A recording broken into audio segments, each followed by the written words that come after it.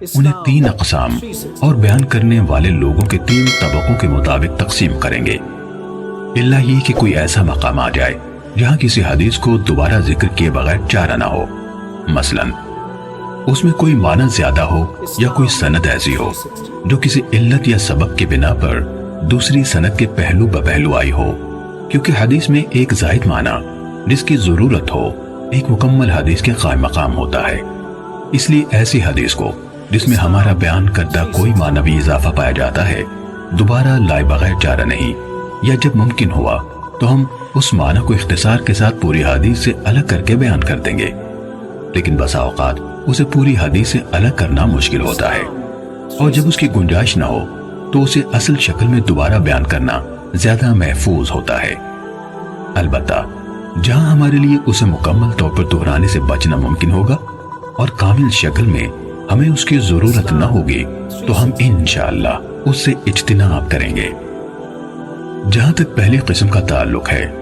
اس میں ہم یہ کوشش کریں گے کہ انہی احادیث کو ترجیح دیں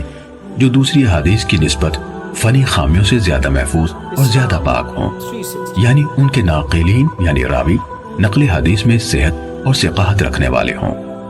ان کی روایت میں شدید اختلاف پایا جائے، نہ الفاظ و معنی کو بہت برے طریقے سے خلط ملط کیا گیا ہو جس طرح کہ بہت سے حدیث بیان کرنے والوں میں پایا گیا ہے، اور ان کی روایت میں یہ چیز واضح ہو چکی ہے۔ جب ہم اس قسم کے ثقہ لوگوں سے مرویات کا احاطہ کر لیں گے تو بعد ازیں ایسی روایات لائیں گے جن کی سندوں میں کوئی ایسے راوی موجود ہوں گے جو طبقہ اولا جیسے راویوں کے حفظ و اتقان سے متصف نہیں، لیکن وہ بھی انہی میں سے ہیں، چاہے ان صفات میں ان سے ذرا کم ہے جن کو ان سے مقدم رکھا گیا ہے، لیکن عفت، صدق اور علم سے شغف رکھنے جیسی صفات ان میں عام ہوں، جس طرح عطا بن صائب، یزید بن ابی زیاد، لیث بن ابی سلیم اور ان کی طرح کے دیگر حاملین آثار اور ناقلین اخبار ہیں۔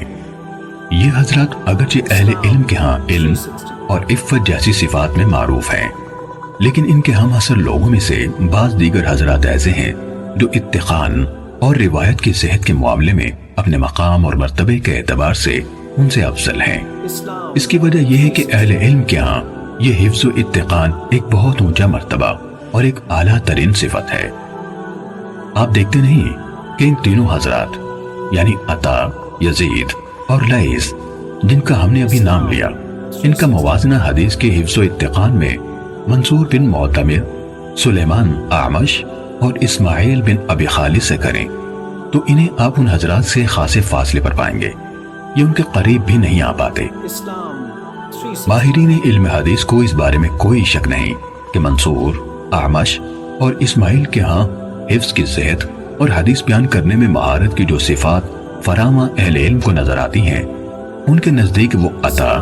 یزید اور لیث کے ہاں اس طرح معروف نہیں۔ اگر آپ دیگر ہمسروں کے درمیان موازنہ کریں تو بھی یہی ماجرا سامنے آتا ہے۔ مثلا آپ ابن عون اور ایوب سختیانی کا موازنہ عوف بن ابی جمیلہ اور اشعث حمرانی سے کریں،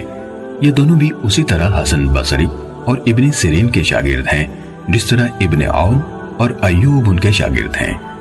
لیکن ان دونوں اور ان دونوں کے درمیان کمال فضل اور صحت نقل کے اعتبار سے بہت بڑا فاصلہ پایا جاتا ہے۔ عوف اور اشعث بھی اگرچہ اہل علم کے ہاں صدق و امانت سے ہٹے ہوئے نہیں مانے جاتے،